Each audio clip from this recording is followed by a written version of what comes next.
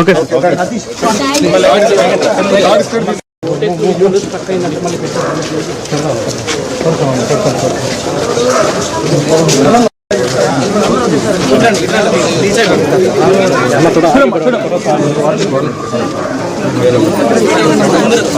అమ్మా ఇటు చూడాలమ్మా ఫోన్లో చూడాలమ్మా ఫోన్లో మీకు కార్డు ఇస్తాం ఒకసారి ఇచ్చుకోండి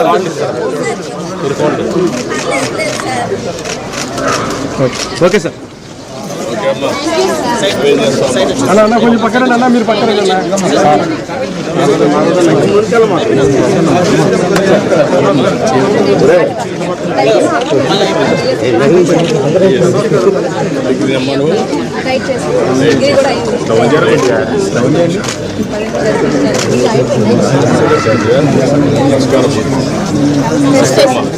నమస్కారం ఫోటో దిగాలమ్మా పక్కరమ్మా మీరు దిగారు కదమ్మా కొంచెం వెళ్ళి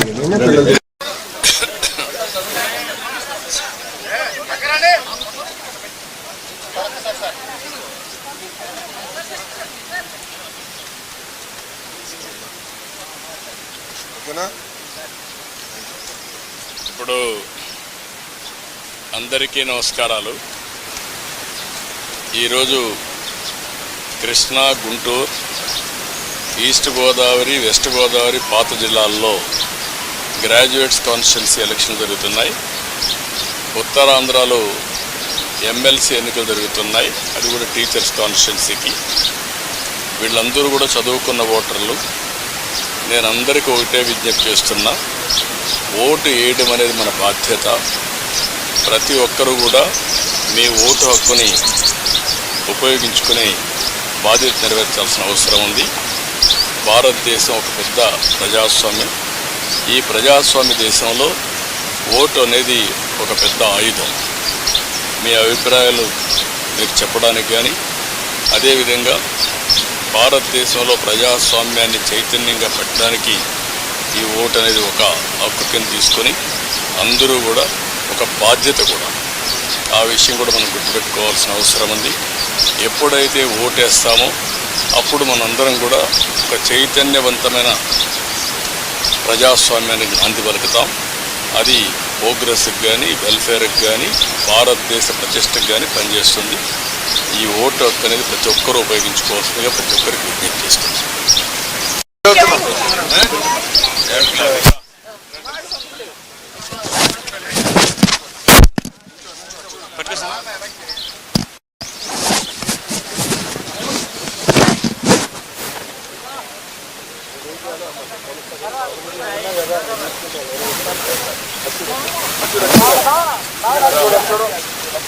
చూడమ్మా